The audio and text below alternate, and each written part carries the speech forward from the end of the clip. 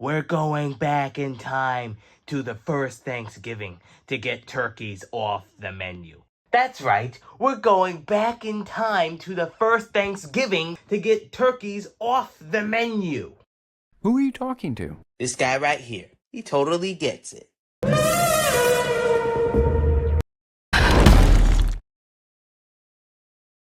Have you come here to help us? No, I've actually come here to stop you two. What? Why? Because if you get turkeys off the menu, you could break the canon, thus destroying the entire multiverse as we know it. Screw your canon events. We're saving all the turkeys whether you like it or not. Run, Reggie!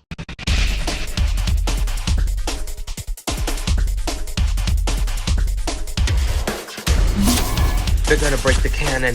I gotta stop them before it's too late.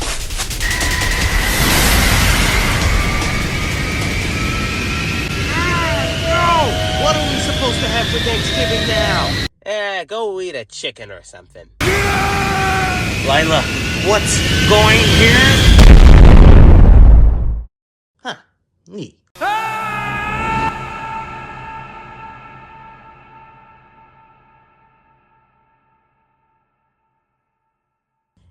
Go eat a turkey or something.